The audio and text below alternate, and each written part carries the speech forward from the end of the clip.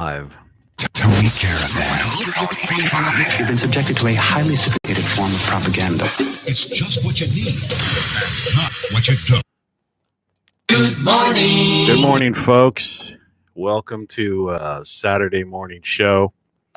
It's May 15th, 2021 in the former United States of America. Let's get right into it. Weekend weather. It's looking like it's 41 degrees outside our studios, and the high today will be in the mid 60s.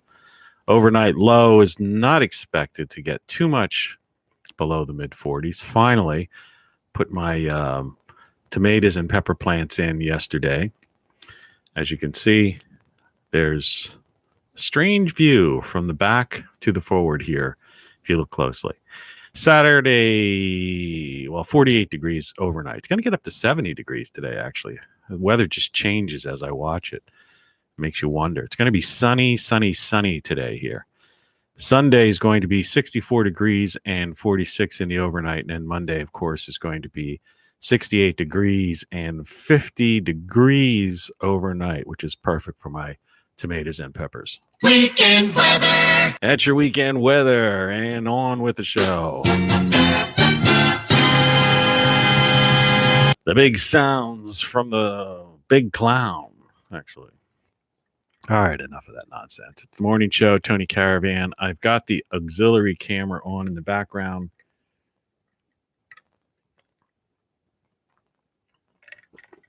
I'm drinking a half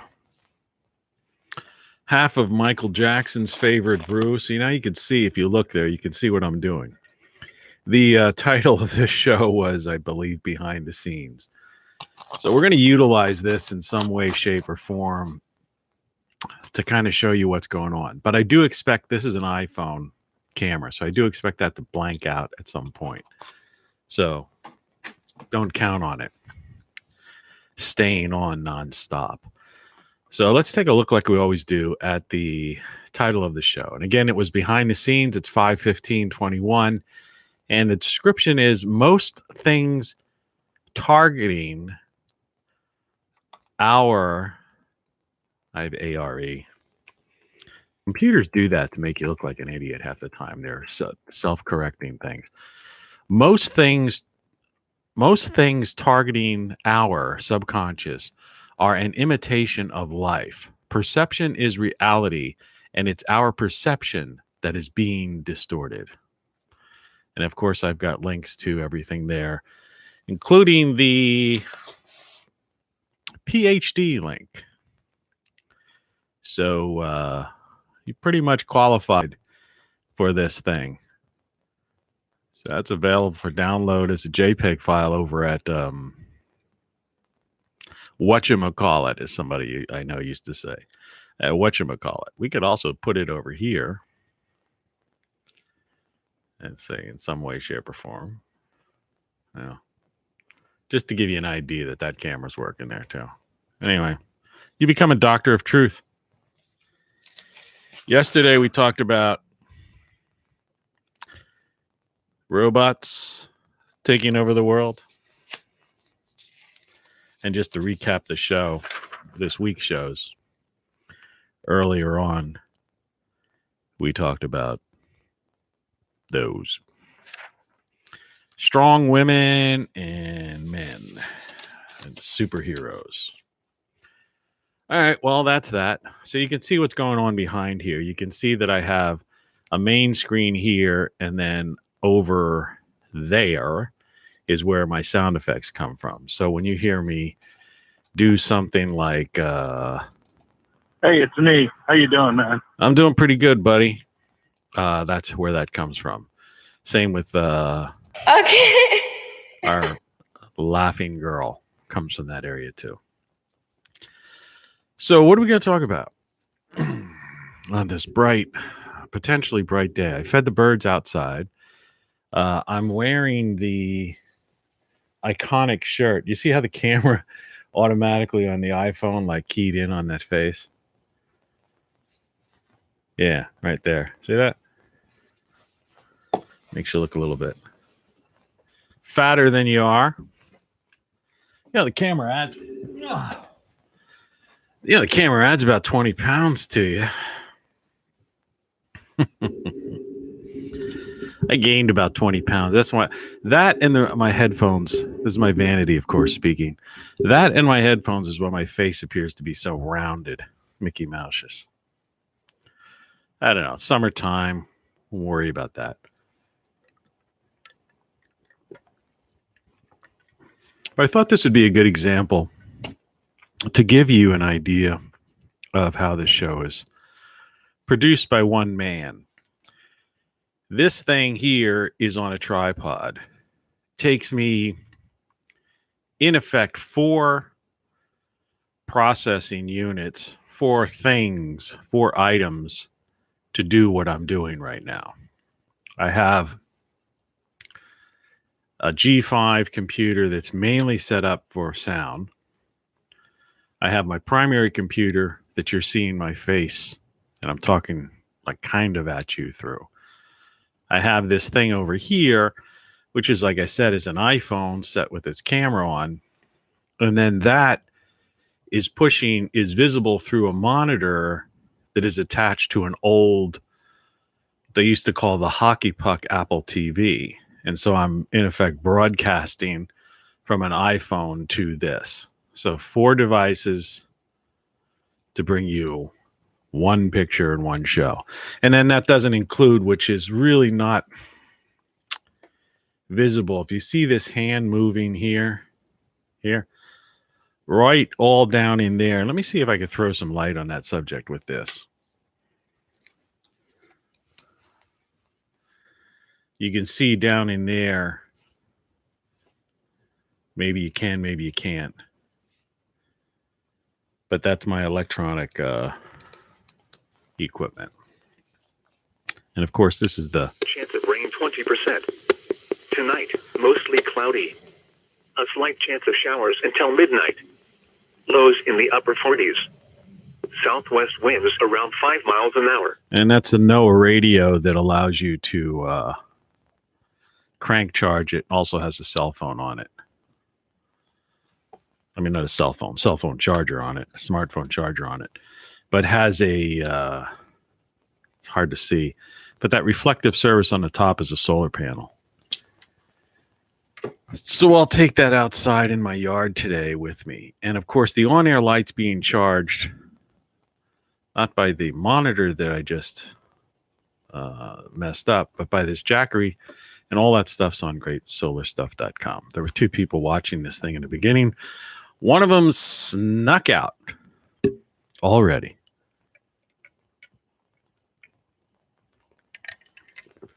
And I've got a tripod on this side that, when I'm heavy breathing, I drank yesterday afternoon.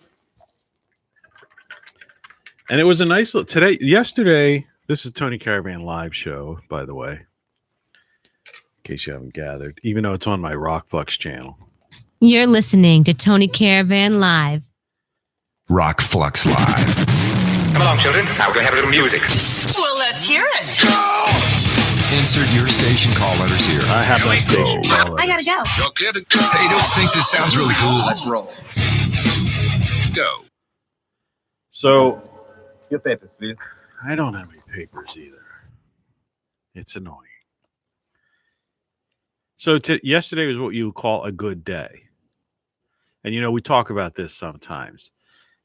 Despite that we're living in a dystopian nightmare, and this is a nightmare. It must be a nightmare. You have these good days. And it depends on how you and what you do. So I always like to, in the beginning, if you're new to this show, I always like to, give you Here's what's happening. A little autobiographical intro. So then before we get into the main feature. So yesterday, of course, I did the show and I watched the show. The autobiographical feature scared one person away. Yeah, breathing, running around like a chicken with my head cut off this morning, which is a horrible thing to do to chickens. I mean, I don't mind people raising chickens for eggs. You give them feed, they have a decent life, they give these eggs out. It doesn't really An egg really isn't an embryo. I never even knew that until a couple of years ago when I started watching these homesteader shows. It's just, well, I don't want to get into exactly the what it is, but I mean, it's nothing. As far as I'm concerned, a vegetarian can eat an egg. So, but that's just me. So anyway, so I get up, I do the show. When I'm done the show, I feed the birds. Today I got up a little bit later, so I fed the birds now because it's daylight outside. Even though it's 6:46 a.m., it was, I don't know. I've been fiddling about for about an hour for some reason. Ask me what I did. I had bowl cereal, Raisin Bran with some yogurt and blueberries, cinnamon, coconut flakes, maple syrup instead of any kind of milk or anything like that, some raw honey, just like one of those healthy, real healthy things. Get the day started. Also had a ginseng and some other things like that. But I've got to lose about 20 pounds because that's why I'm breathing heavy. Because, yeah, you just put on the weight. It's not good for you. So that's another thing you have to deal with in this dystopian nightmare is you got to take care of your health. And especially when you're talking through a microphone like this, every breath you take, as Sting sang, is recorded. But I got up, did that, and rewatched my show for 2 hours. I always watch these things. It's some of the best programming on YouTube, though I have fallen asleep from time to time during my own show. Excuse me. And I fiddled about, did a few things. I kind of forget what I did to complete the morning. But I went outside and I had to do I had this great electric chargeable mower that a friend gave to me because his brother gave it to him and he already had some kind of super duper mower. And all I had was a push mower. Like, I mean, push, manual, no power, no gas, no nothing. And anyway, so, excuse me. Thank God that picture is dark. So I did that, and I was realizing that the sun was hot enough, was baking. In fact, you can't see it, but I actually have like a sun tan, even though it's been wintry weather, as they say. And so I planned to said, hey, the sun's beating down on the garden area, the dark soil where I'm going to plant. And so why not just put in the tomatoes and peppers, enough's enough.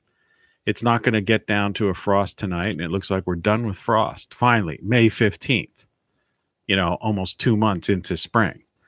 So spring, more or less passed us by, kind of.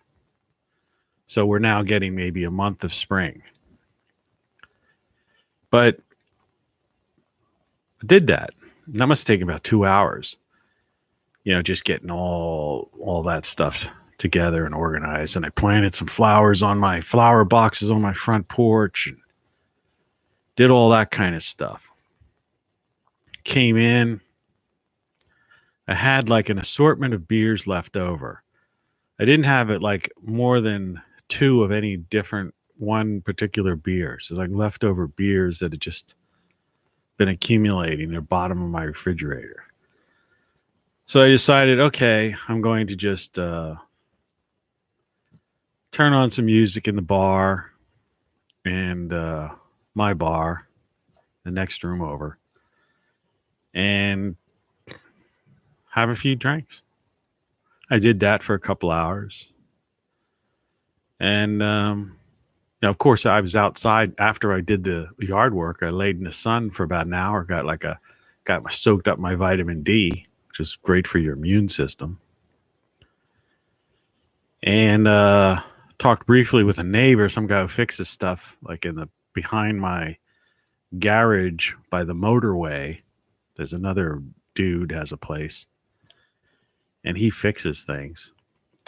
He took apart the lawnmower. He couldn't figure it out. It had a circuit board in it. And like I told him, I said, anything that's got a circuit board in it is junk these days, because once something goes wrong, because the mower just won't work. It was working and it didn't work. And so we were looking, we were thinking, okay, we would jumper something, if like sometimes they have these circuit breakers or stuff in there. It's just a lawnmower with a battery in it, chargeable battery. So I figured, okay, well, maybe we'll just jumper, the thing that fried. But we tried doing, what appeared to be to that, and that didn't work. So now I got this giant piece of garbage taking up space in my garage. I don't know what to do with it. But there's a lithium ion battery in it. And I think it's a 24 volter. So I could, because the thing, I don't think the thing's that old. I could use that battery in a solar system. When I'm thinking about it. So,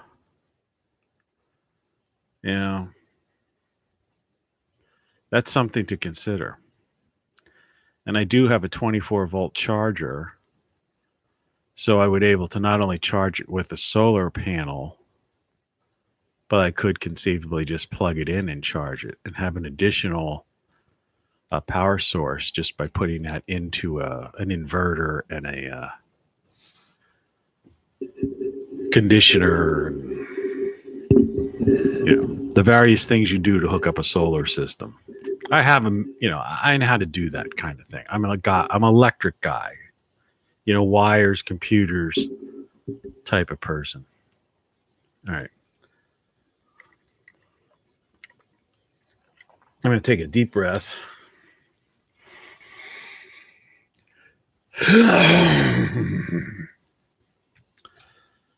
And let's review again. No, I'm not having a heart attack. Don't worry.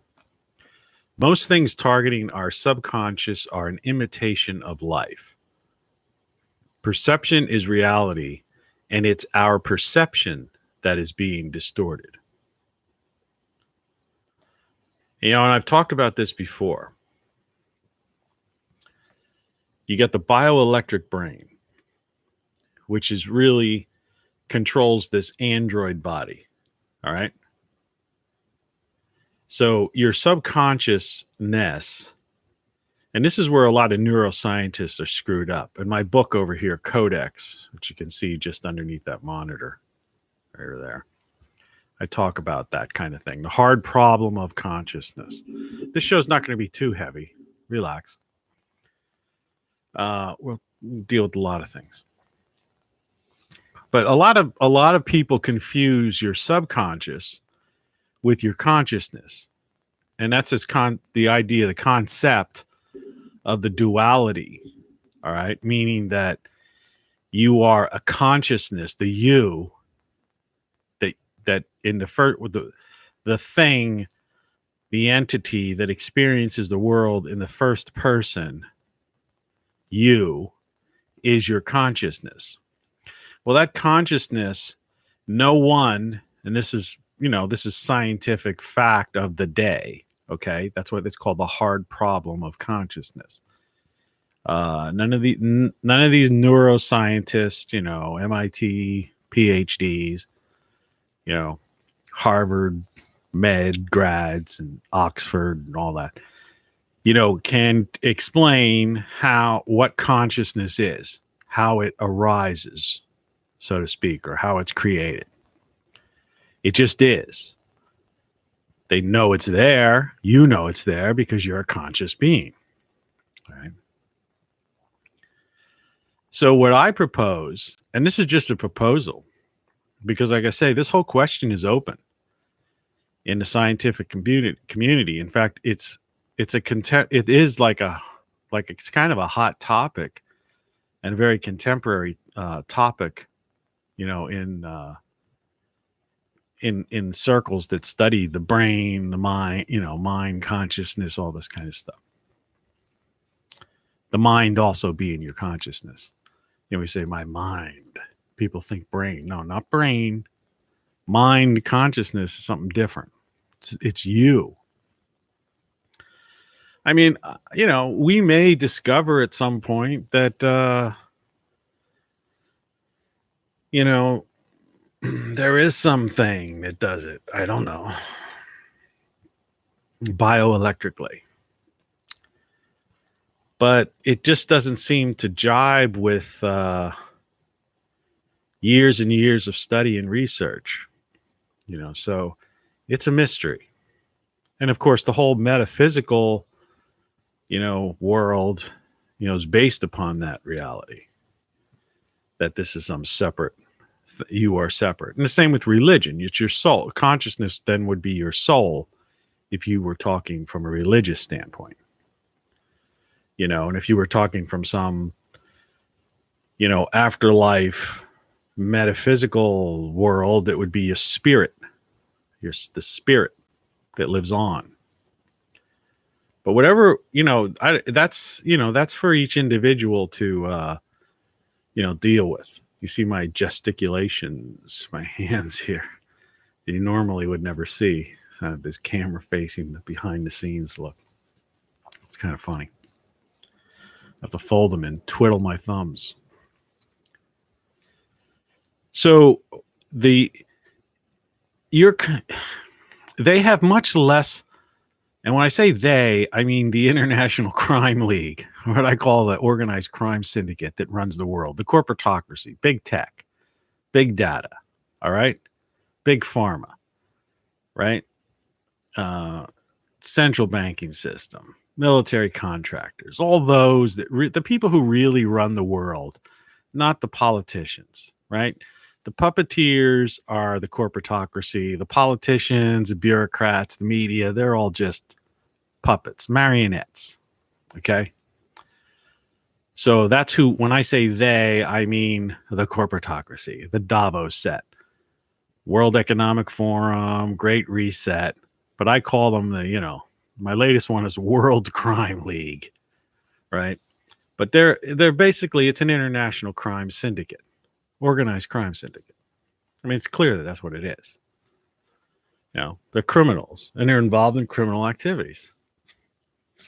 Things like the heroin trade, illegal wars, disappearances of people, assassinations, and who knows, perhaps even bioweapons, right?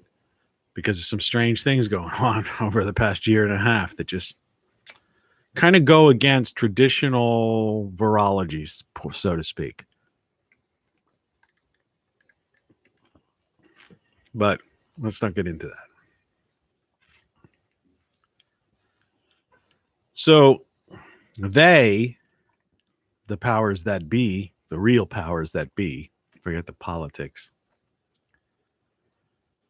their idea is,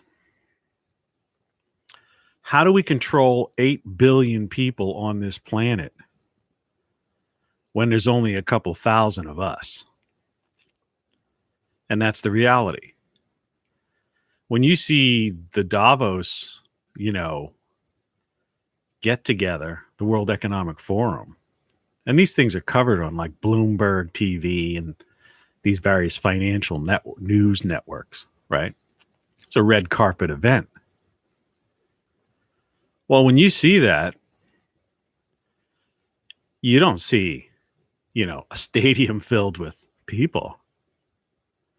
You see limousines pulling up and like semi-familiar faces. And then, of course, the unknown, these people that the real behind the scenes multi-billionaires, people that make decisions for life and death, that aren't even in the news, no one even knows who the hell they are, just old money. Like I say, forget these people who talk about the New World Order. That's hogwash. That is conspiracy theory. No, this is the old world order, right? Old money. That's why the nouveau riche are rarely invited to these events. Okay, except to maybe some of the side parties they have during their, get-togethers over in Europe. So it's the old world order that still pulls the strings. But at best, there's only a couple thousand of them. And when you tie in their various minions, it's still in the thousands. Now, there are many politicians and bureaucrats and people like that working for them. But a lot of those people are clueless. It's like they used to say, it's like people who work in the FBI. I lived in D.C., lived on Capitol Hill, lived and worked on Capitol Hill. They were, we used to call them Boy Scouts, true believers. Some people say, people who drank the Kool-Aid. So it's not as if they're guilty,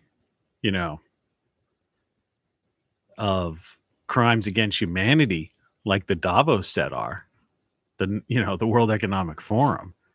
These people are guilty of crimes against humanity. Yeah, if you think about it, right? Whatever came out of that Wuhan virology lab, bioweapons lab, they're guilty of crimes against humanity. Yeah, do you see any reporters? Nobody even goes there because they can't. It's the unmentionable.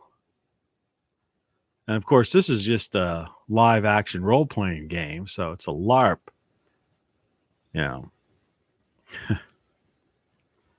you understand.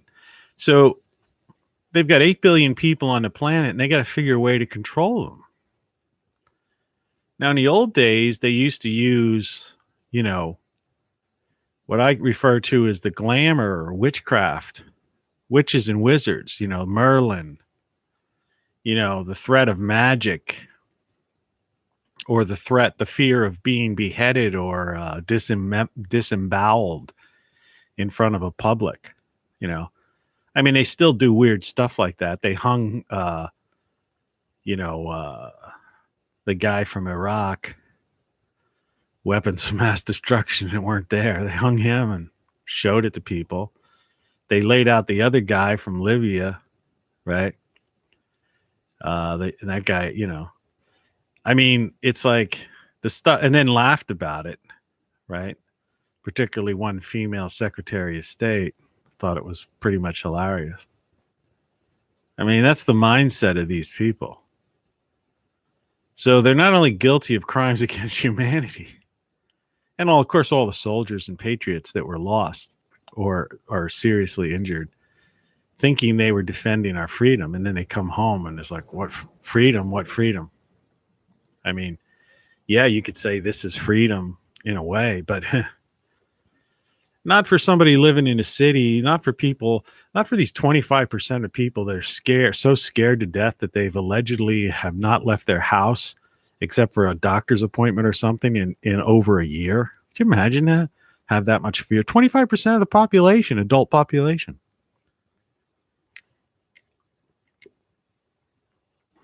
Imagine the scars on their children. My mother's is 87 years old in a care facility, not a nursing home. She has her own apartment, but it's like a long-term care facility where they have their own place, but they have, they've got people clean their apartments, and they have a group eating area and some stuff like that. They've been under lockdown for a year. You can't even visit them. Some people have gotten the old thing in the arm, and others haven't, but it hasn't changed anything.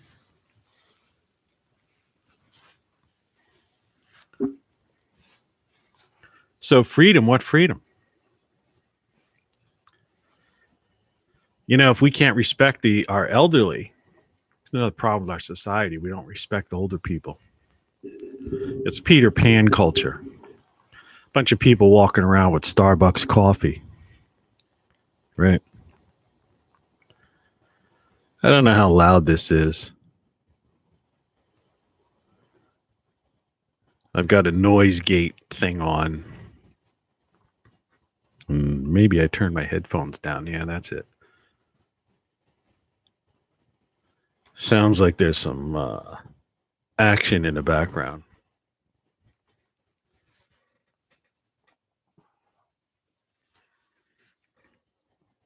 Trying to check that out. So anyway, this is up really loud. Hey, it's me. How you doing, man? I'm doing pretty good, buddy. So how do you control how do you control 8 billion people on the planet? If it's gotten louder for you, it's gotten louder for me too. Well, the simple way to control them is to use time-proven methods. One, fear of being beheaded by the king or disemboweled in public or being hung, right? Fear of some religious fear, fear of the Lord,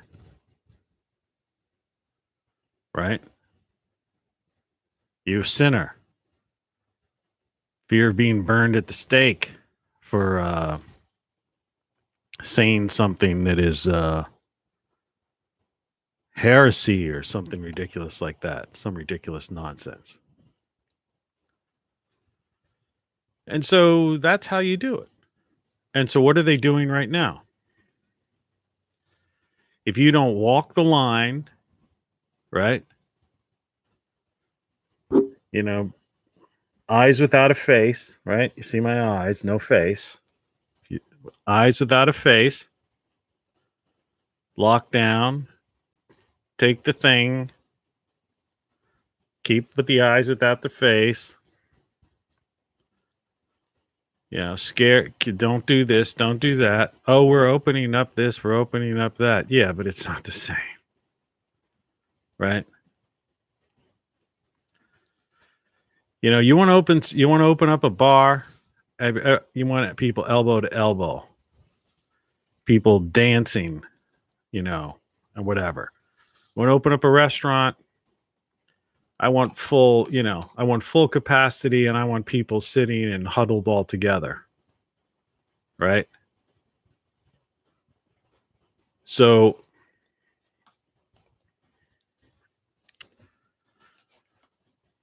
I don't know if you can see this on the camera. Let's see. Yeah, it's not really readable. I have these lenses that I have a zoom lens. And so the next thing I'm going to try to do with this thing over here that's taking the picture is I'm going to try to be able to zoom in on the screen so we can look at certain things. So how do they do it today? They go after your subconscious. It's indoctrination. They start with kids because the parents have, you got two families, two people in the family working now, and whether or not you say, well, they both want to or don't want to or whatever, I don't know. I was married twice, divorced twice, was in a bunch of relationships along the way. I'm older now. And I'll tell you what, I would have been more than happy to have one of my wives done the work and stayed home and wrote one of my, maybe I would have written my 10 books earlier instead of having waited till the twilight of my life to have written these books, and then maybe I would have been, would have gone on a tour. Same with my CDs and music. But that's just me. So kids are thrown in daycare right after maternity leave. So they're raised by the nanny state. Talked about this before, but we're going to take a different angle of this. And the nanny state has all of these administrators and all these human behavioral scientists, right? Doctors of this, doctors of that. The cat is exploring. Let's see if we can get him on camera. Come here, Kip. You're talking. I think we heard you. Come here. Here. Come on over. Come on. Gonna hear you. It's mighty brave of you to join us. Anyway, so they're raised by the nanny state, the state. They're indoctrinated, conditioned, and eventually when they get out of school, they're propagandized. And what do you expect? And so they're, they're zombies in effect. Except for those who are like immune to it, like people like me, who at an early age go like, what? You're saying what? And then they consider you a radical. I mean, in the old days, they would, sometimes the word maverick or, but, I was successful. Come here. We got to put you on camera before you go jumping. Look before you leap. Say hi. There you go. Look at that. Look at a kitty. That's a real meow. Genuine meow. Cat talk. So, what are you trying to do? It's a live program, folks. What can I do? Things happen. You're listening to Tony Caravan Live. So you can't blame these people. And there aren't that many people that have a consciousness. Like I said, how I started this conversation, that is strong enough to overpower the subconsciousness. Because after all, your consciousness exists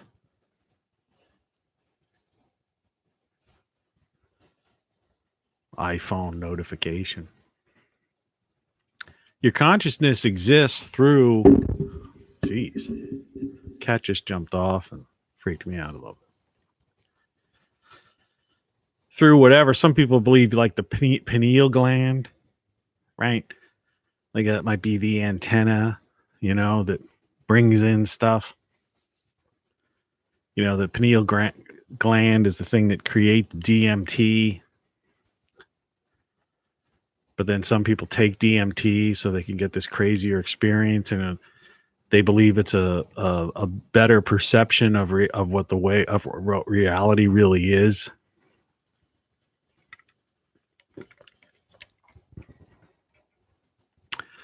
I don't particularly buy into that, but there is one way of looking at that. So they get into this concept of geometric. There was like all this extra. I had to get rid of this noise gate. I don't know if you heard that, but I heard it in my ear. It was like this weird stuff. But the problem with using a gate is that it blocks out noise. But if you don't talk at a certain level, if you get away from the microphone or something, you lose track of, certain things may cut out or it may seem spotty, jumpy. All right, but back to this DMT thing.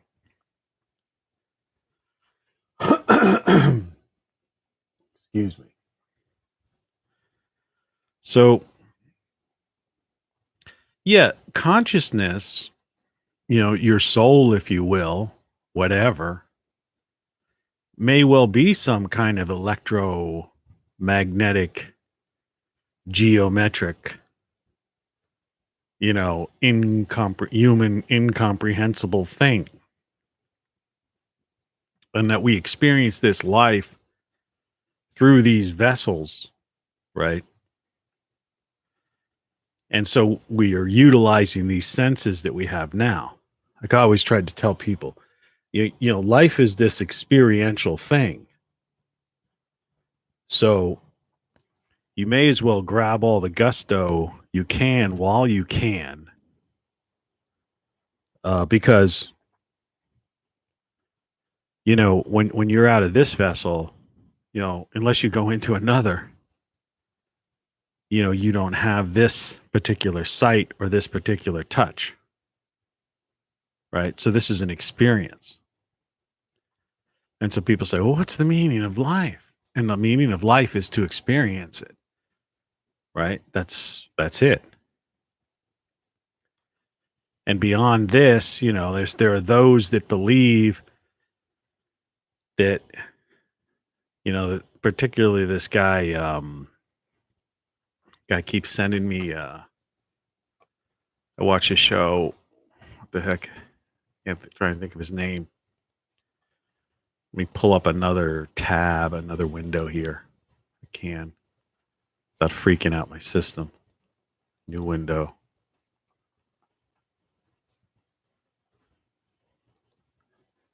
I don't know if you have two YouTube accounts opened at one time.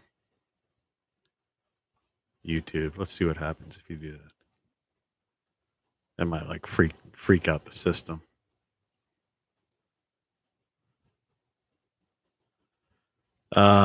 This guy,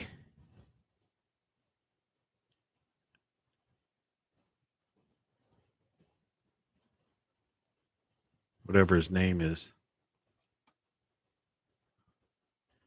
Come on, what's your name? His show's Afterlife Topics, and his name is Cyrus. Now, what's his last name? Kirkpatrick. All right. So there's this guy, Cyrus Kirkpatrick, and there's this other guy, Jurgen something or other. I mentioned him in my book, actually. Codex. And, they've got this idea that there's like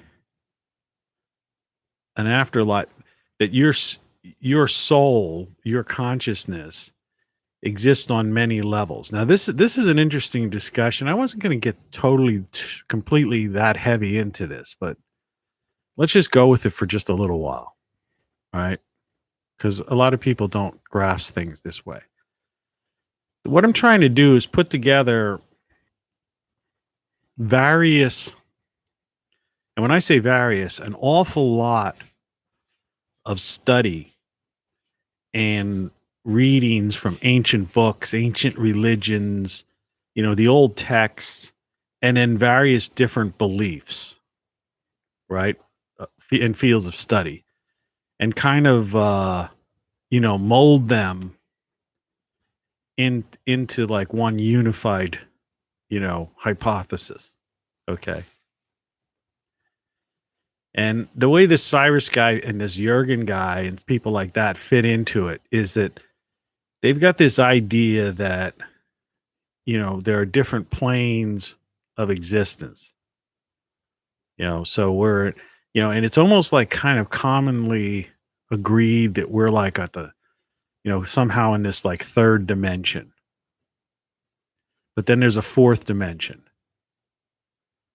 There's also people that believe in like different vibrations, and it's just like in particle physics, modern physics, not Einstein physics, this idea of the multiverse, right? So like if you think about all of these things and you try to say, okay, well, what makes sense here? Like, or what are the commonalities?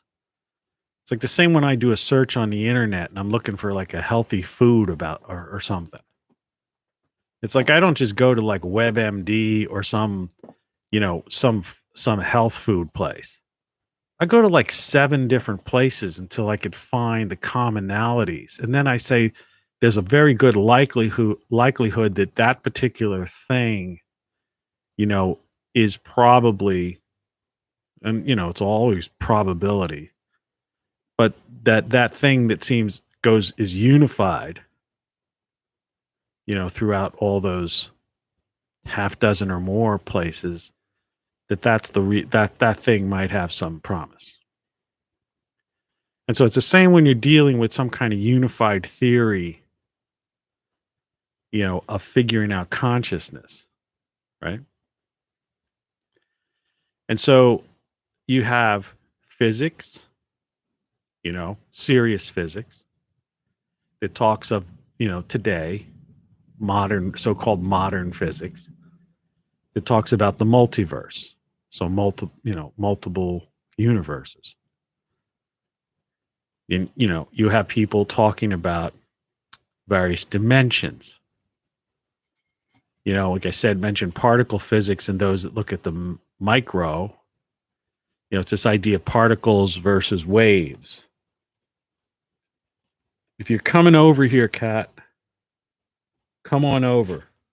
Okay. Only on live TV. Go ahead, walk through. Come on. You want to come through? Go ahead. There you go. That's a good boy. You could see him on camera number 2. Have a seat. Join us. Make yourself at home. It is your home. I live here with a cat. Just me and my cat. Stay now. So, there's a lot of minds, a lot of like PhDs. There's a lot of thinkers, and the history, the ancient texts that talk about this kind of stuff. So I try to put it all together into some kind of unified ideas. I wouldn't call it a theory necessarily. But I mean that's what people are searching for, the theory of everything, right?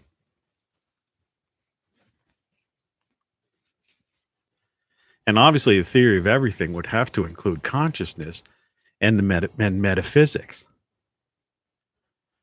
because there's certain realities that that are unexplainable, like what I was saying, the unknowable and the unexplainable. It's funny how mathematicians just like, oh yeah, pi goes on to infinity. Our physicist, the Big Bang. Yeah, it all started with the Big Bang. And they just like accept that as a, making a symbol for infinity. And that solves that problem. Okay, so that equals infinity. Yeah. Hey man, what about infinity though? I mean, that's what I want the answer for. I don't care about the rest of the stuff you wrote on a blackboard or whiteboard or whatever the heck it is. Give me the big answers to the big question. Infinity, right? And so then they push in these multiverses. And there's so many multiverses. And they have arguments on that. Someone's like a dozen multiverses. But anyway, to get back to this Cyrus and Jurgen, these guys, those type of thinkers, they're just guys writing books, talking ideas. And they've got this idea of like your consciousness is bigger. And this gets into that, a lot of this some of this Eastern thought, particularly like, Indian, like thousands of years old from India type of religious thoughts, and even Southeast Asian things. And his idea of a dream within a dream, idea. And so that consciousness, and there's many people today, even you could find these people. You just get down a wormhole or rabbit hole, whatever you want to call it, on YouTube, and you'll find people talking about this.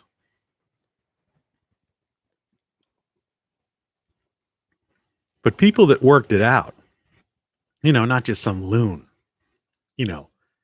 They're basing it on things, multiple things, like I said. Don't take anything I say or even a couple people say. You got to look at dozens. But if you start looking into dozens of people and you find commonalities, and these commonalities exist over millennia, then they're worth looking into. There's no guarantee that you're going to find the answer. THE, the answer. But there's a higher probability that it's in the direction of truth. So these guys say that, this Irish Jurgen guys, that it's almost like an Earth 2, that when you die or you do transcendental meditation. That's part of what these guys do. Not even transcendental meditation, when you just astral project. And I have to admit, when I was younger, I did have some successful astral projections. I was doing some studies into with this. To be honest with you, it was the early stages of the Illuminati, which automatically, Illuminati, right? The Illuminati is not what people think it is.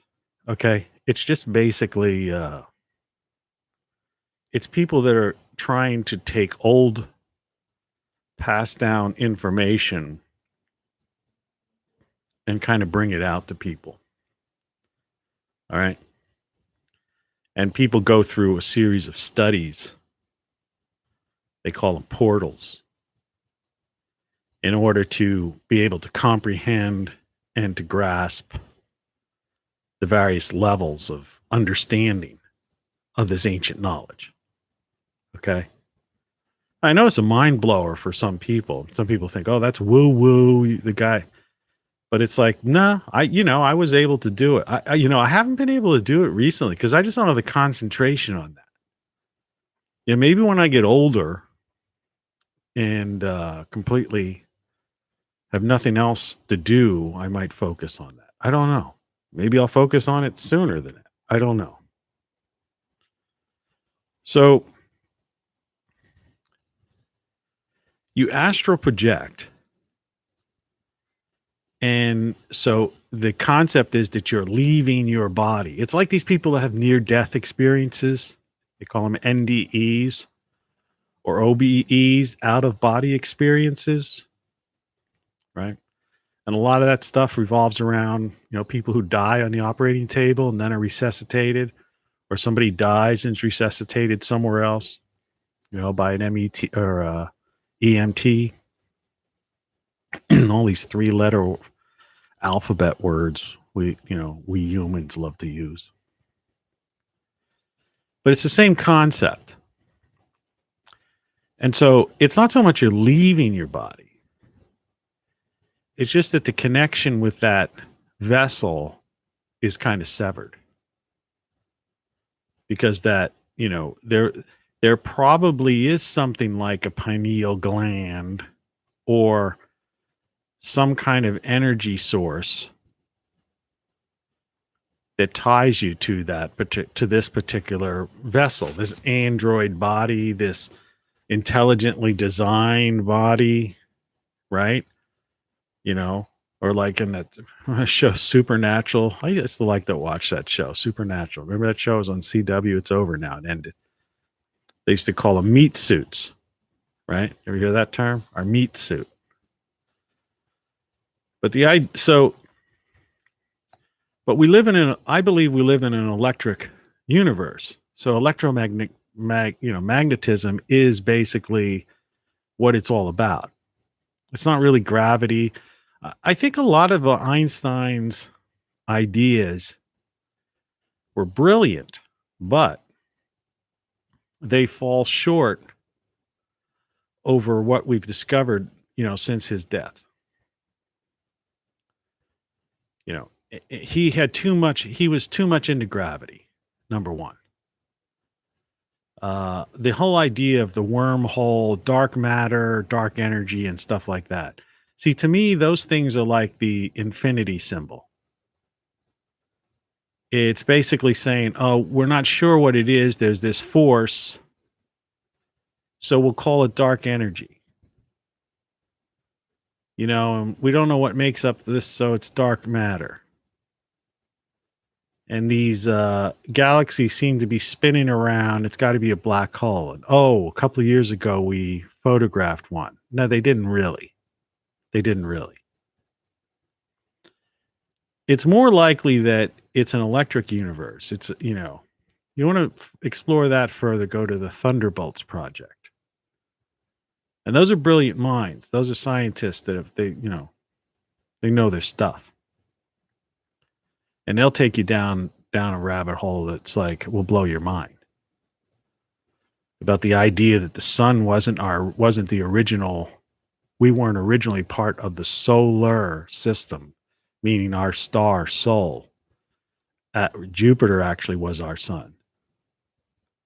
And we were in a system of the sun of Jupiter, Mars, and Venus. Think about that. And they've got some interesting graphics and stuff if you could find the right video. That's a mind blower.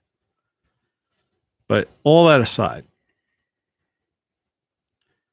So, you know, imagine if you take these old ancient texts, old religious ideas, these things passed down over the millennia. Because you got to say why, you know, it's easy for some academic, to just like push aside anything and say, oh, that was superstition and myth. It's like the flood myth, like the Noah's thing. Noah's Ark idea. For years, decades, centuries, there were always these people, well, that's just some kind of parable. There's a story there. It has nothing to do with anything. There's no historical accuracy. Until, decades and decades and decades, they've discovered these so-called myths, flood myths, literally in every corner of the world. And then once, we got satellites, ground penetrating radar and things of that sort, we found that the oceans have risen 400 feet over the last 10 to 12,000 years. And that indeed there was some sort of deluge that was global in nature. Right? Now, whether or not it was a boat with a bunch of elephants and birds in it, that's a whole different, that part of the story. Forget that. That's for you to believe in that part. But the concept of a global flood, deluge event, near extinction event, seems to be confirmed with literally like hundreds of stories from like literally every place on the globe, has it. And there's different people, they look at the Younger Dryas period and they say, well, maybe an asteroid hit North America, melted the ice sheet, or Greenland, things like that. But the current one that I'm giving most credence to, and that's under, if you watch Suspicious Observers, or check that guy out, Ben Davidson. And of course, there's a guy named Doug Vogt, who's like something called the Diehold Foundation, who ties this into some very complicated biblical stuff. But like Davidson is more into the micronova, repetitive near extinction event that happens every 12,000 years. And we're about at that time. And that the Earth's magnetic field is very weak right now. And so we're on the verge of this pole flip. Because, for example, the magnetic pole, the magnetic South Pole is actually no longer in Antarctica. It's already left the continent of Antarctica. It's migrating. And the north, the magnetic North Pole has actually moved more towards, it's moving like towards Siberia or something. So we're on the verge of this pole flip. We have anomalies in the South Atlantic where there's literally areas where there's like no magnetism. And you say, well, what's the importance of that? How does that tie into any of this nonsense? Well, the magnetic field is what saves us from basically being baked. You know, it protects us from cosmic rays and even solar rays. And then the sun has its own magnetic protection. It protects over the solar system. But the sun's magnetic field is weakening. And the sun has these flips periodically. We call them solar cycles. And the sun is an additional buffer or force field, if you want to call it, really, magnetic force field from cosmic rays outside of our solar system. And all these forces are kind of weakening right now. And it looks like we might be on the verge of one of these 12,000 year near extinction events where the sun might kind of micronovas. We've seen this in other stars. See, most people think a supernova, it's the end of the star. Well, it's not. We've discovered these things called micronovas. And so the sun kind of like sheds its outer shell. But what happens is, it sheds it in all directions. And so it doesn't matter where the Earth is. The Earth is it's a near extinction event. And we're worried about catching a cold. Well, anyway, back to the consciousness. So in this in a possible multiverse, in a possible multi-dimensional existence, right? Getting back to this idea, these people like DMT and they see this, that, the other, and, take all the spiritual, religious, and scientific, mathematical stuff, throw it all together, right? And try to find these similarities and try to come up with some sort of what universal truths, if you will, or universal, at the very least, probabilities or possibilities. And so the kind of thesis that I'm working on, based upon all these people, this isn't something that I just came to my mind. This is from me studying. And that's why I'm name dropping people that you could look up or whatever, because these are ideas from all over the place. And I'm trying to piece them all together, and see where they, where they connect, what's, as far out as they may be. So let's think of it this way. So let's imagine the one, okay? One consciousness. And some people would call that like the God consciousness, right? Or you could call it the universe, right? So maybe the universe is conscious. You ever see that picture of the universe that they've put together? That it's when you look back at the universe, they've done this by it's very interesting. Let's see if I could pull it up and get it on that screen. The universe graphic. The universe as neural network. It's always somebody's got this stuff figured out. Yeah, let's see. Here it is. Let's see if we can get a big shot of this. Visualizations. Damn it. Hang in there with me, guys. This is worth seeing.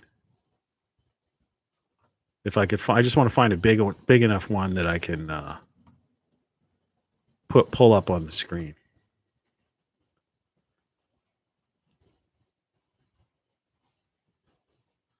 Sometimes they tell you what the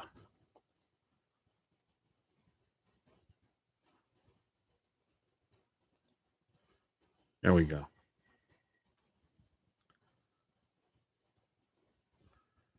I'm going to try to I'm going to pull this to side. Get out of that. Push this here.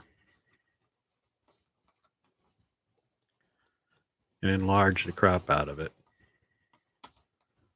Move myself over here.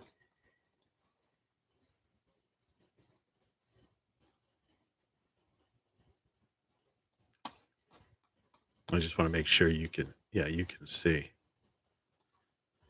So if you look at that thing, this is a rendition, a rendering of when they take, if you take all the galaxies, see, wouldn't be stars. This would be all of galaxies and how it's all interconnected. And what you end up with, it looks like a neural network. Isn't that amazing? Okay. And this is modern science now. This isn't some fantasy thing or whatever. And so the idea is that, and this is just one idea. We don't know. Like I said, who knows? I don't know. I'm not trying to say this is the way it is. But this is a rendering this is an academic, neural. They're saying that basically our universe resembles a neural network. Imagine that. You could see me on the other thing pouring my Diet Cola in. Of course, I touched the cat before. I want to put an ice cube in here, so hopefully. I'm not a clean freak, but I'm kind of semi a clean freak. Okay, so that's the universe. It's this, it's like it's consciousness in its greatest form. So if you were religious, you would say it would be God consciousness. The universe, all there is this consciousness, is this God, this infinite thing, even though I still have a problem with the word infinite.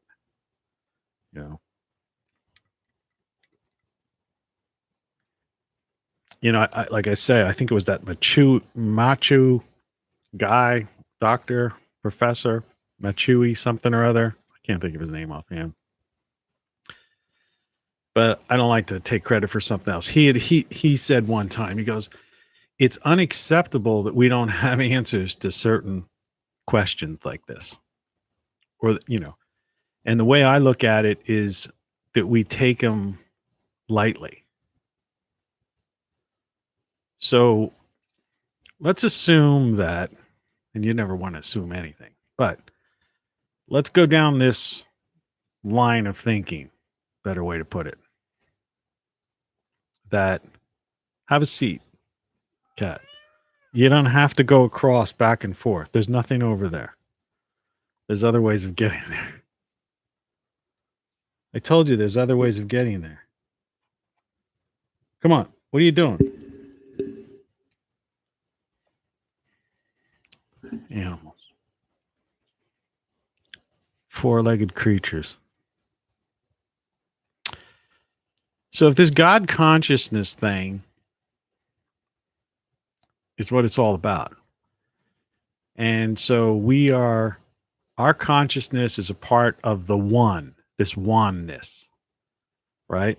And there's like a lot of religions and a lot of Eastern thought that has that as its basis, right? It's a dream within a dream. In fact, even the concept of the simulation theory, life is a simulation, is kind of just a more westernized, modernized way of dealing with the old ancient concept of the dream within a dream. Because what is a simulation, right? And so whatever you want to call it, that's why I say you can call it your soul, you could call it your consciousness, you can call it some metaphysical spirit. Whatever you want to do. What are you doing? I'm sorry, man. The cat usually like runs away when I do this kind of stuff. Now, for some reason, it's like obsessed with going back and forth. That's a cattail. So let's try to make sense out of this despite these interruptions I'm getting. So with that Cyrus guy and that Jurgen guy, because I'm continue this thought here. They say, okay, well, when you die, your consciousness is in multi levels. So even if it's multiverses or multiple dimensions, it doesn't really matter. The idea is that you are simultaneously, your consciousness is existing on all those levels. And so this consciousness that I have right now also exists, may well exist in another dimension, right? Or in another universe, another universals plane, right, so to speak. And so when this vessel dies, my consciousness doesn't die. It's just absorbed into or just lives on in another plane of existence. And this one guy who does these astral projections, well, the two of these guys particularly, this Jurgen guy and this Cyrus, who talk about this stuff and do this stuff regularly, they claim there's like this alternative Earth like type of existence. So in effect, they're either going to Earth 2, like in a DC comic book kind of thing, which don't throw out comic book concepts. It's just like even like Star Trek, particularly Gene Roddenberry. If you want to look into like Philip K. Dick, but like Gene Roddenberry, he was into a lot of very interesting things that you would be very surprised about what his interests were before that show. And like I say, with many science fiction guys, even like Arthur C. Clarke, these guys are visionaries. He basically, in effect, was responsible for the communications satellite, And just like most of the technology we have today came out of science fiction. Was born with an E on the end of it out of science fiction. So, I don't take any of these thoughts, these ideas, these guys lightly. So, it's just a matter of how much truth is there to it. But the point is, if there's even just a small amount of truth to it, then it's worth looking into, and then exploring other people who've gone down similar paths or even different paths, and finding those, and like filling in, the holes, right? The puzzle pieces. So these guys have been able to, when they do their astral projection, they astral project to what they call is like another Earth. It's like a place where people go when they die. It's not like heaven or anything, but it's like a little, but it's a little more. The way they describe it, you could do a little bit more there than you can do here. And you can assume your same body, and you can you know, be ageless or reduce your age and ailments and things like that. And I know that's really far out, and I don't know necessarily if I actually get into all the stuff they talk about. But the idea, I do believe that your consciousness, you know, is like some kind of, if not eternal, is something beyond. And like I say, like most of these people who are into this, studying this from neuroscientists on down, that it's detached and connected at the same time to your bioelectric brain. And if we have an electromagnetic universe, electric universe, that consciousness needs power. And so the secret of everything, and I think even Tesla was into that, is the idea of the understanding electricity. You know, electricity is really a magical thing. You know, people don't really understand energy at all, you know, when you think about it. Like they don't understand like what goes on at a power station, for example. Like what step up transformers are, what transformers are in general, how power gets to your house, you know. They understand the very basics of generation of electricity. That's why I'm not into windmills and I call them bird killers and things like that. They just ruin landscapes. They don't do anything.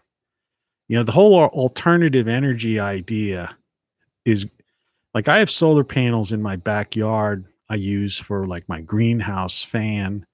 And I'm thinking about putting a solar panel on my garage, the garage by the motorway to, you know, to power that. And I use these things, these alternative things that are solar chargeable. But that's great for being independent of, you know, in emergencies, weather emergencies and stuff like that, you know, or power down situations or a solar or CME hits the earth, another Carrington event or something like that.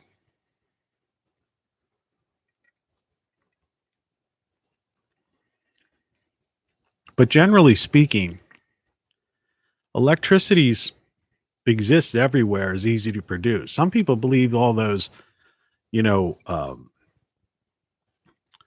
monuments, you know, obelisks, like the Egyptian obelisks that have been found all over the planet, were some sort of ancient energy focusing system from a previous civilization. You know, and this gets into weirdness in a sense, but this idea that if we're on this 12,000 year cycles and these near extinction events, that means many civilizations have come before us. And we don't know how many. Like I subscribe to like the idea that the Sphinx, for example, had the head of a lion on it. And the lion was represented Leo. Because that was another weird thing about these, you know, the study of these constellations, how that's like universal. It's nothing to do with horoscopes or any of that nonsense. It's the idea that all these cultures seem to have the same understanding of precession, you know, the precession of the equinoxes. And that was very important with all these old, very old, you know, what people call Stone Age people. But they're just the before people, you know, from a previous near extinction event, the survivors. So what survives? You know, if the ocean level rose 400 feet, even today, like it did 12,000 years ago, 10 or 12,000 years ago. Well, where are all our major cultural, you know, centers located? You know, close to the shore, right? So you lose New York, Philly, DC, London, right? LA, Paris. I mean, Rome. I mean, all the cities, Tokyo, the list goes on and on. Not to mention the damage from the, and the total destruction of all of this whole lifetime against the cloud. All our information is basically being translated digitally. When people accuse me of, well, first of all, this is book 8, but I also the infinity symbol on there, as I talked about. But I've said this before. When I wrote my first book, the whole purpose of this book was to put in book form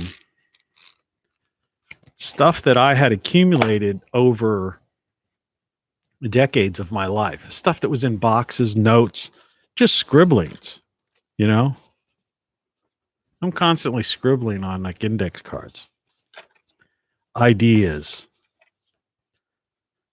pieces of stories, whatever, some photos.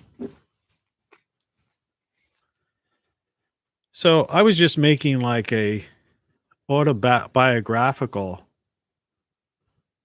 kind of short stories, essays, lyrics, just stuff, the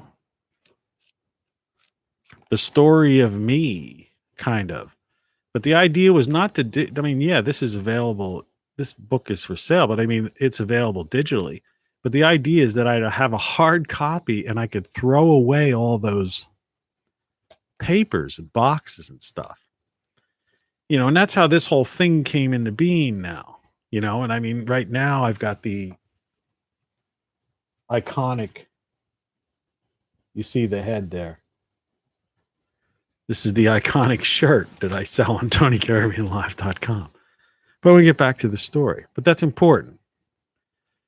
It's that it is the preservation of knowledge. And what happens is this book will disintegrate. Just like if there's some kind of massive CME, micronova, whatever you want to call it, I don't care where they've got these storage systems, the cloud, what they call the cloud isn't really the cloud. It's obviously in some cases, even if they're in so-called Faraday cages underground, if you've got this outer shell thing happening, I'm gonna move this stuff away. The cat thing's very active this morning, is very unusual. These things will be destroyed. So everything we know will basically be gone. And those that will survive, randomly, maybe some people in the tropics or wherever, if the earth, tilts, remember we're talking about a pole shift and all that kind of stuff. So those that survive this will tell stories. The government's got all these underground places now, fortified bases that they've done. Now, people have heard these booms all over the place. And, even if you remember in DC, they've got networks and rail lines, so they call it preservation of government type of stuff. And they have these places. You're familiar with some of the older ones that were exposed, but they they never stopped doing this. Remember, this is the Davos set. They've got that place up in Svalbard, where they have that seed, all the seeds of everything saved in this, this vault. Why would they do a thing like that? They didn't know this thing was probably coming again. And all this work done with all these other underground diggings and stuff they're doing. The problem is that in the more likelihood, the Earth is going to be covered over with like it was back the last time. For example, the North American continent was covered with a mile or two of ice. So if you're in some underground base, you know, and who knows what's going to happen to the atmosphere, right? With that kind of thing. Now forget about the CO2 and Green New Deal. I mean, it makes everything that's going on right now so absurd that people don't look at the real, the real big questions. But I don't know how many years ago I was going to try to get venture capital to do this thing to answer the big questions. I literally wanted to put together, raise millions of dollars and put together a group of some of the greatest minds that would just focus on the big questions and nothing else. And whether it took us, how many years it would take us, but put it on like a project, like a fast track to solve these problems. And, and then I did, I didn't seem to get an interest in it. I don't think people really care, in case you're listening. You're listening to Tony Caravan Live. That's the name of the show. Considering some of the more animated shows I've had, this is kind of heavy. So,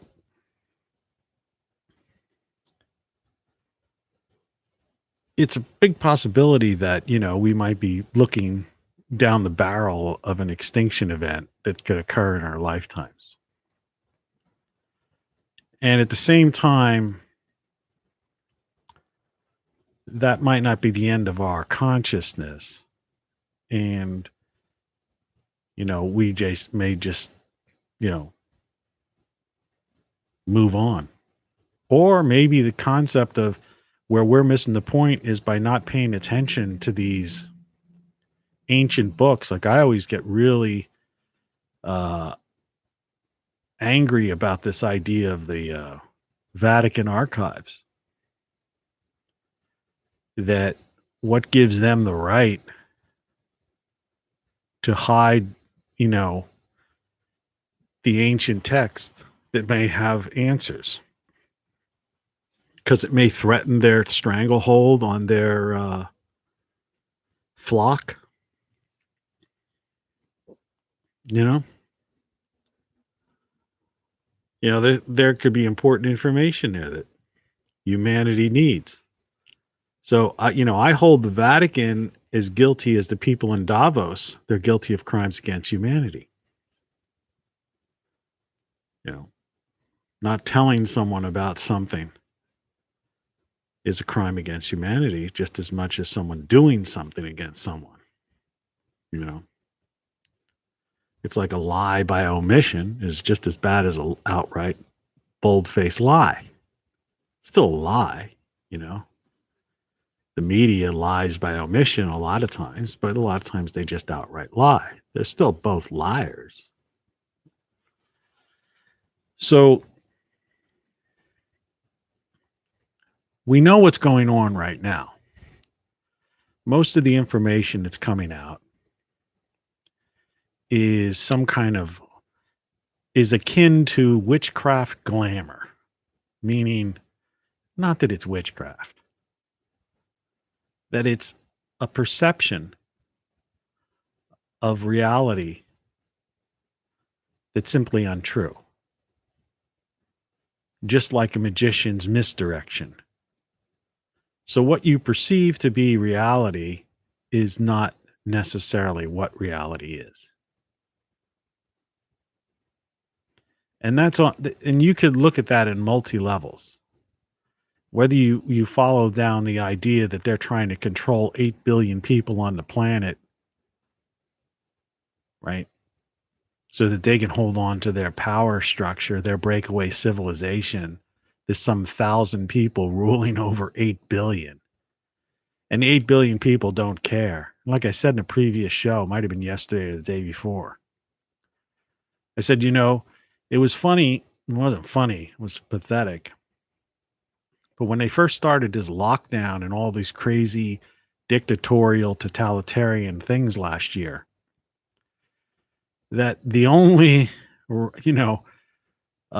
protests, and riots and type of things like that were about weird perceptive things, social justice warrior nonsense.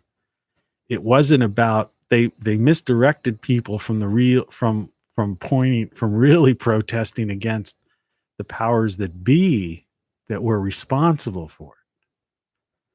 See, that's how they get into the subconscious. And that's what I'm trying to tell you. And so if you have to have, you can't allow your consciousness to be infected. Forget about this kind of thing, the eyes without a face thing that they're talking about. What the real germ that you have to protect yourself from is the subconscious. In effect, brainwashing is what it is. Remember, I've been in the advertising and entertainment business and publishing businesses and, my whole life. Entertainment and all that. I know all the techniques. I studied human behavior and profiling and all that kind of stuff. Now they're messing with people's brains from the cradle to the grave.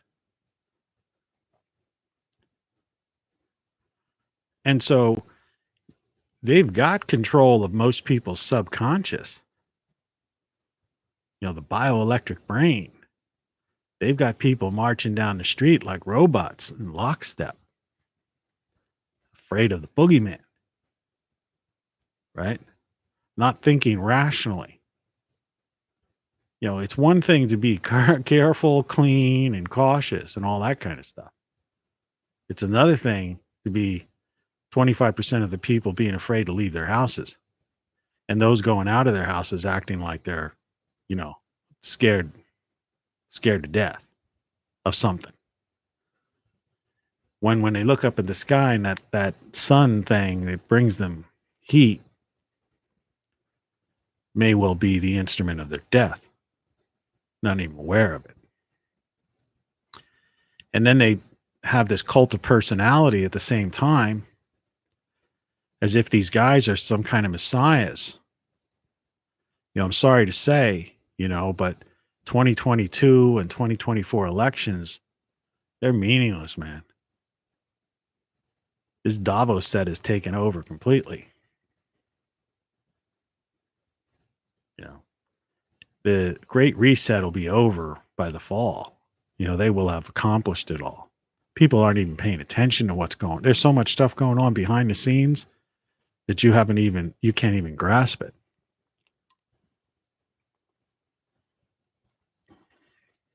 Let alone people caring about the brain, and how they think or being aware of how they're being programmed. Sometimes things just pop up. So, yeah, that's kind of, it's kind of very broad, discussion here, but I think it's all linked together. So knowing where, knowing that you are you,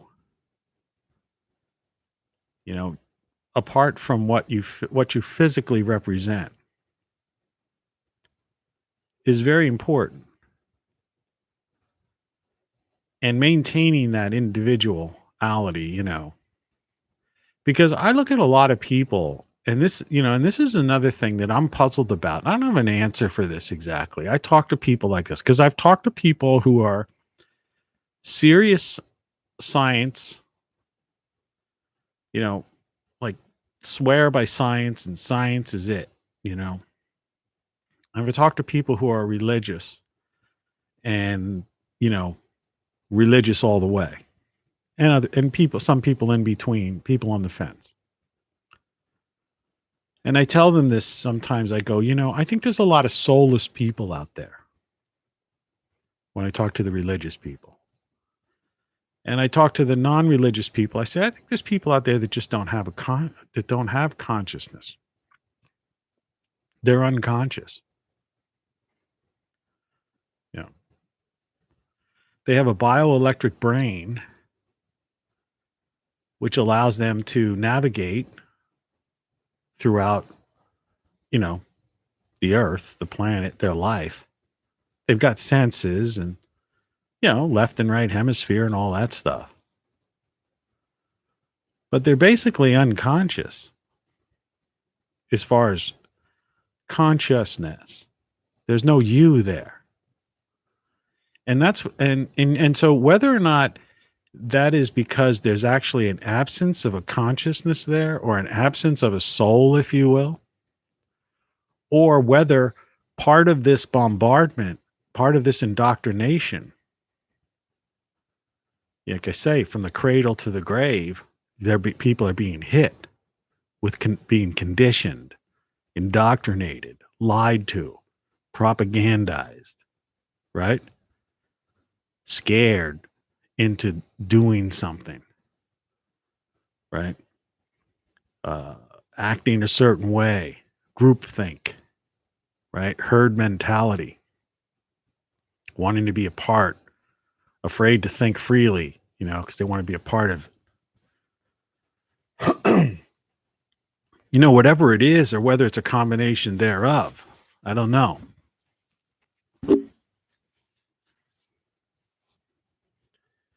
But it's clearly something that's happening.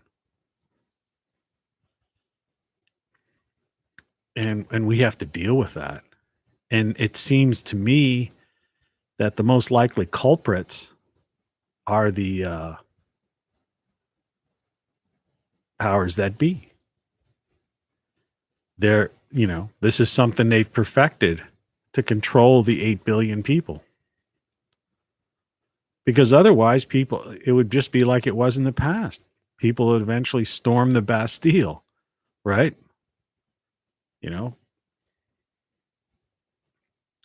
Get the trebuchets out and take over the castle. I mean, it's happened throughout history. But suddenly, these guys, that's why I say it's the old world order. There's no new world order. It's the old world order. These old world order folks have, they've looked at these things and they said, we can't allow them to do what they did in the past. And that's why they had to take down Western civilization first. And why the U.S., I call it the former United States, trample the Constitution, the First Amendment, Second Amendment, Fourth Amendment, the right to life, liberty, and the pursuit of happiness. They have to squash that. They don't want free thinkers, freedom in general. They don't want people to be happy. Have you noticed that? How there's so much a move towards unhappiness? How the people in the streets and the people in charge of these things, they're not big on smiling, are they? And if they do laugh, even their SNL people and stuff like that, it's kind of smirky. They're either smirk smiles or laughing at others, right? Making fun of people. Do you know what I mean? It's not humor. It's like I've done some goofy things on some of my shows, making faces, saying things and stupid stuff. And, the one day I just kept doing this. Hey, it's me. How you doing, man? And I'm like, yeah, I'm doing fine. But, Okay. it's like these people, they've eliminated the sense of humor. Comedy is comedians have to walk on eggshells now. Because, there's certain topics are taboo, as they say. Guys like me, so far I'm doing these things, but I'm not really free. I've got a couple of an ongoing copyright thing going, and some, not copyright. they call them copyright or some kind of not strikes. Well, they have strikes. What was the thing? Some kind of crazy, goofy stuff they do. Like 3 strikes, you're out over nonsense. Just to, like, keep you on your toes and make you walk on an eggshell. So you're afraid to say a certain thing.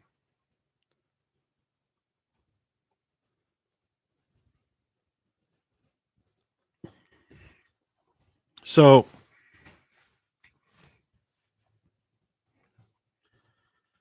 I mean, we kind of covered a lot of territory.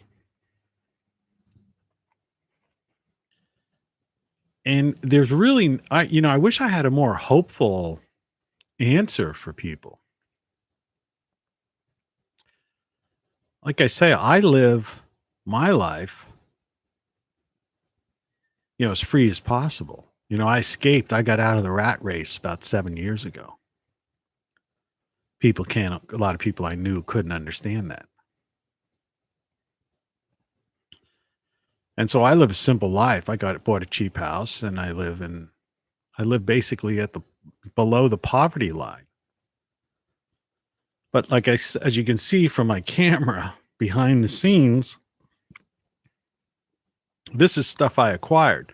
I'm not like a YouTube person. These YouTube millionaires, the posers I criticize all the time.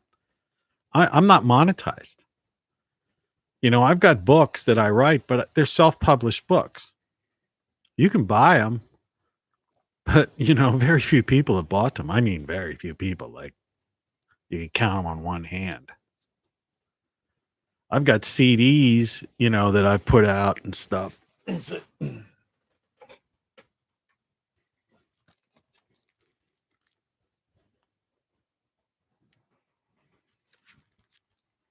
That are for sale on Amazon, and I got songs all over the place.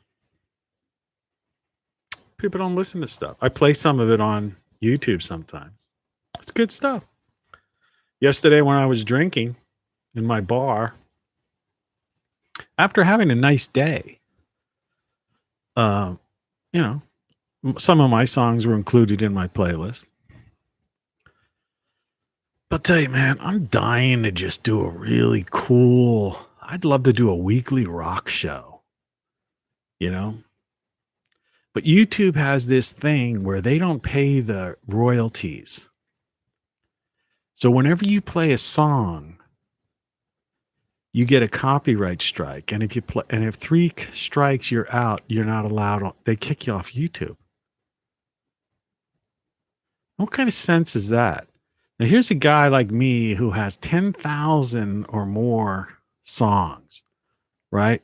I'm like a musicologist, I could put on some tremendous shows. I'd love to put on, like, once a week, just do this music show with a little bit of talk in there, but talk about the time, the era, and things and stuff, and just behind the scenes music stuff, and just like have fun, maybe even have some drinks with it, Can't do it. And there's nowhere you can do that now, as far as I know, except like on obscure places. It's like, and nobody goes there because everybody wants to be on Twitter, Facebook, or YouTube, and maybe Instagram or whatever. But I mean, YouTube owns Instagram, or Facebook owns Instagram, so it's the same thing. So, these monopolies, this big tech that just exists to just collect big data and make billions and billions of dollars, and control speech. They control the flow of information. So not only are they taking all this information from you and profiting on it, but they're controlling the flow of information. So if you dare speak out of line, wrong speak, then they basically erase you from existence. And you no longer can communicate. So maybe my CD, just doesn't come up in search, right? Or you have to search exactly for it. But otherwise, it's not going to come up. When I first put this out, it didn't come out to say new music or latest releases. They hold back stuff like that. Same with my book. When one of my books, or my Codex book there, I don't have to bring it out. It's my latest book called Codex. When that book comes out, it doesn't pop up as like, here's new, on your Kindle or on any of these sites is like, here's new releases. You see what I mean? That would be it, like with music or with books. I have like 10 books. I got 50 songs. They don't show up as in new releases. See, that's how they control the flow of information. Now, if I wrote a book on some,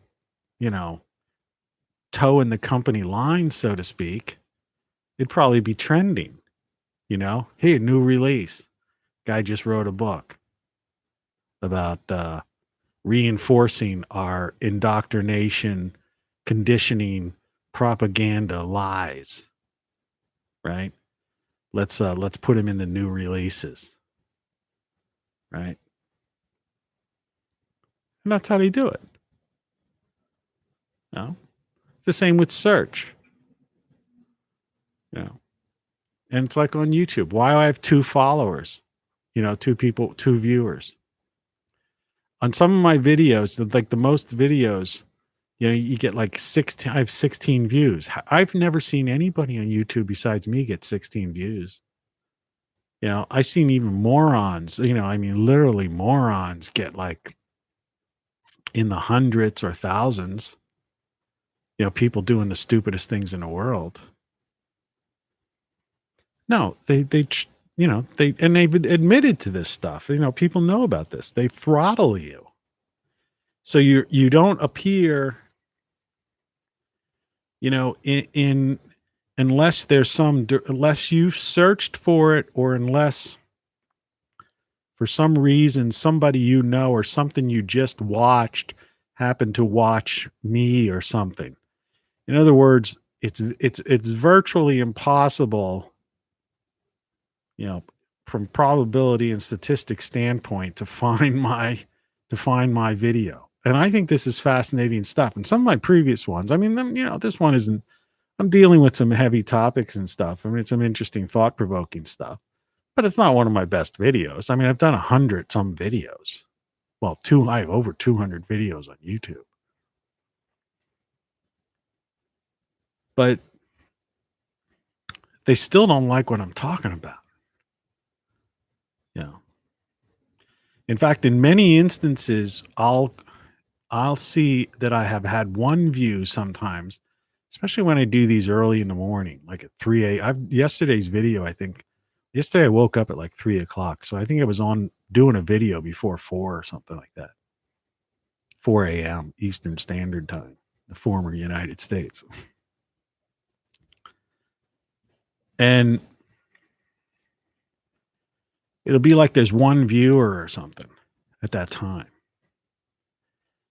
And then when I'll go upstairs to watch my videos, because I watch them, because I like to, I've said this many times before, is I'm working on another book, technically it'll be my 10th book for sale, though I've had over 10 books. It'll be the 10th book that's out there. It'll be out there. I'll finish it by the end of the year. And so these thought processes that I go through in these shows are a way for me to like work out my ideas,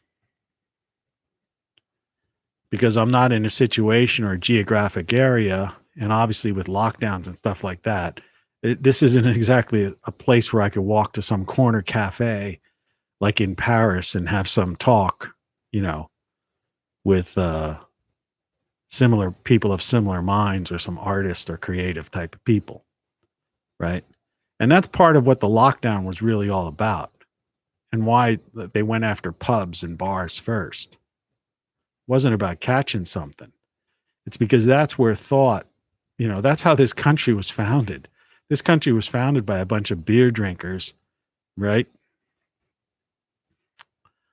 Low power mode.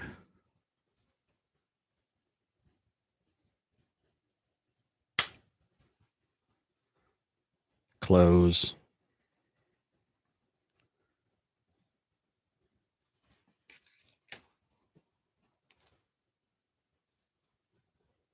So we know the limitations there, but at least you get to see the concept. I think the picture's crisper today than it was yesterday. So it's something we can do in the future, you know. But yeah, you know, founding fathers, so to speak, in the U.S., you know, those guys were brewers, owned liquor, like were making liquor and beer. And they were drinking when they were putting together the, you know, having their meetings. Pretty funny. But, you know, that's where people have discussions in bars and pubs and cafes, you know, or churches, town halls, and all that kind of stuff. And that was the stuff they all closed down. So it was, you know, were they trying to keep people from, you know, from passing some kind of thing?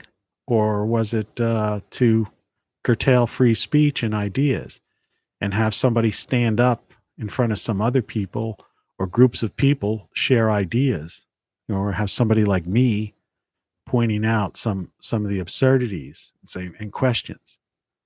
Yeah, that's what it was about. It's all about that. In the schools, it's revisionist history, right? Like I say, the media is just either lies by omission or outright lies constantly. And then they're, you know, sometimes they're forced to make a retraction. And the retraction is like some lame ass retraction. If it's a newspaper, it appears on page 8. If it's a TV show, it appears, you know, it's said at some time when nobody's watching. You know, the truth.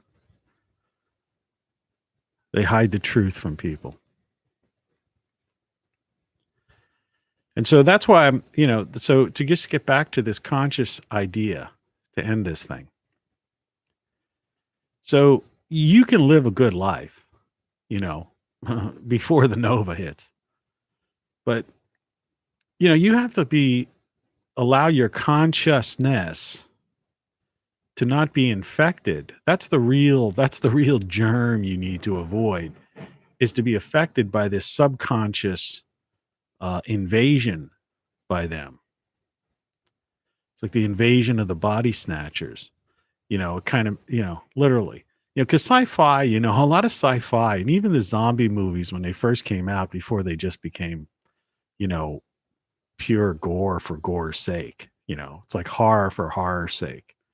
But it, you know, true sci-fi and true, you know, dystopian type of movies and books and stuff always have a warning in there. There was always an idea where it was paralleling something in the real world, and it was just giving it to you in a kind of a entertaining way or some far out way. But the reality, it was thought provoking if you were awake, so to speak.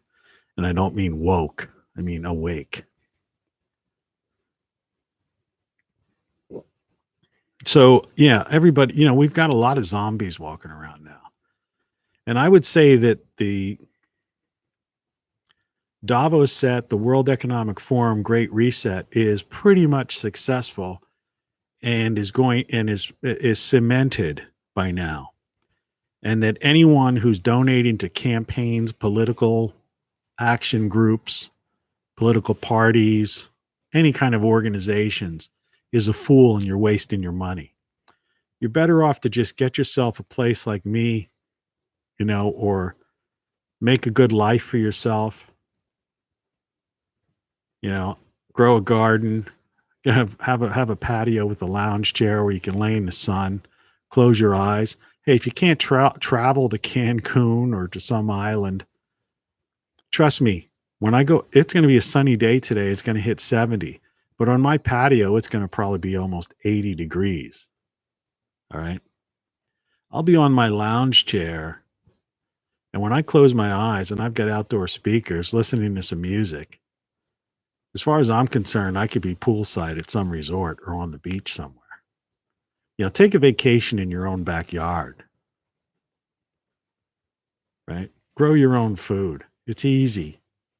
You just put a seed in the ground and it grows. Some seeds I grow, I paid 20 cents for a pack of them at like Walmart.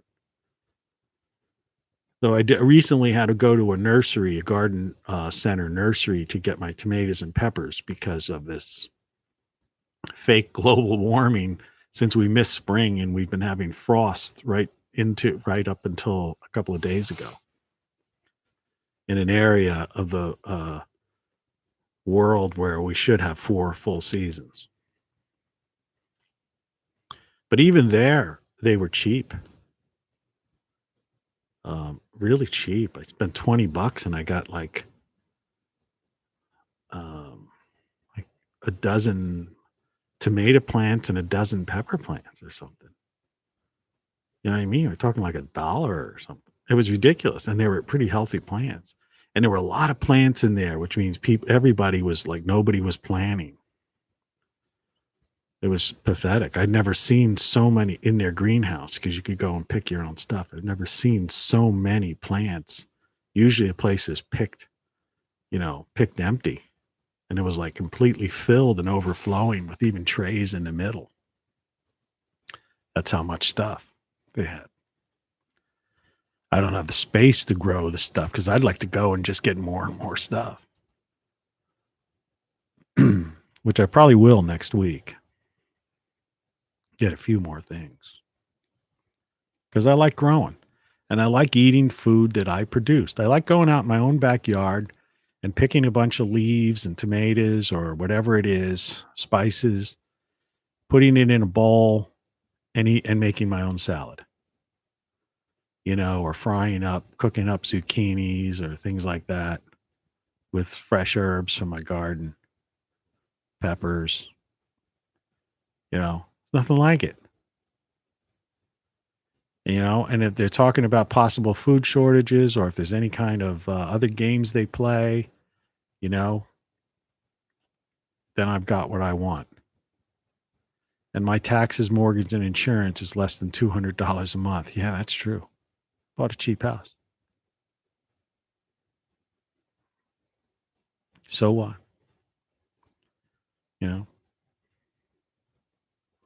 I mean, technically, this is like a 3-bedroom house if you count this like my finished attic, but it's a 2-bedroom house with a 1.5 baths.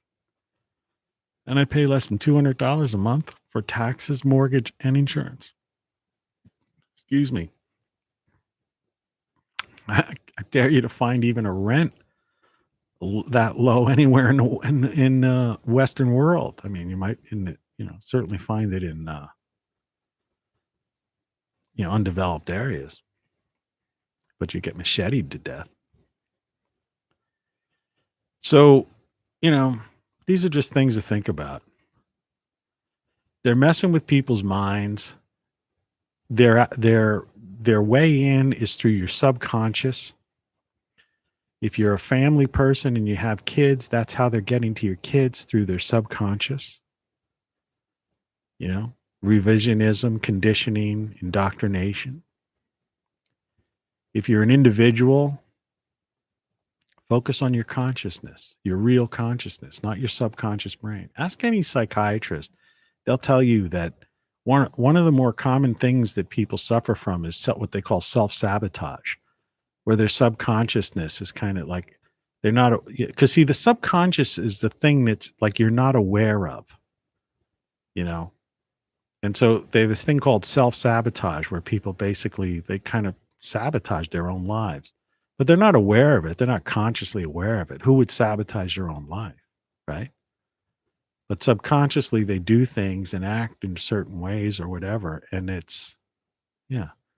And that's the path they found in. That's the secret of advertising, even how they sell products. It's a secret of everything. And these guys are experts at human behavior and manipulation, and literally mind control.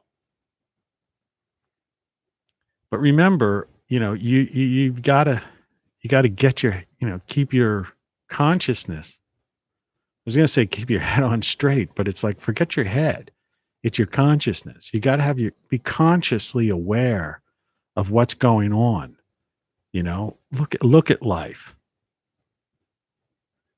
So, because there's a lot of crazy stuff going on right now, and you got to see behind the scenes. That was the title of this. It wasn't just the behind the scenes of this camera the way I had set up before, but it was like behind the scenes of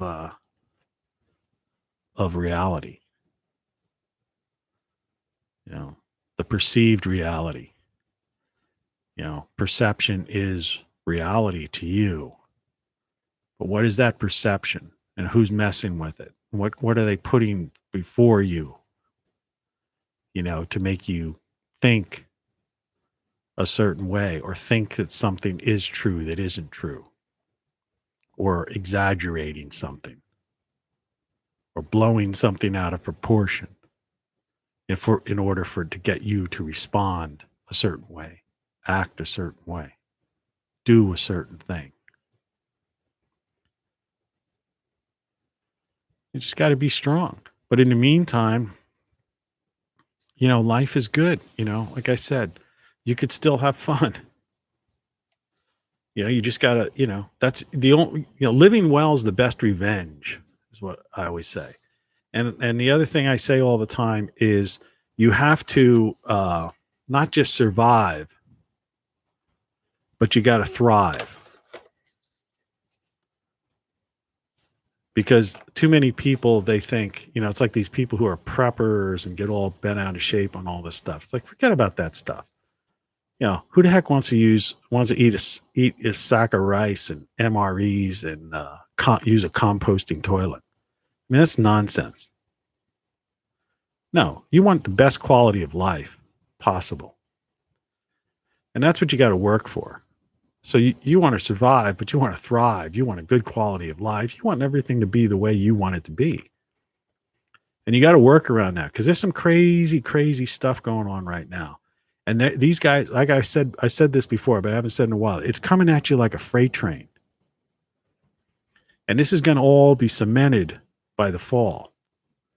And there's people out there thinking, it's like people aren't getting jobs. They won't go to work because they're getting paid more money to stay at home and sit around and watch Netflix or whatever the fuck they're doing. Pardon my, fornication under the consent of the king. But that's where we're heading, old world order.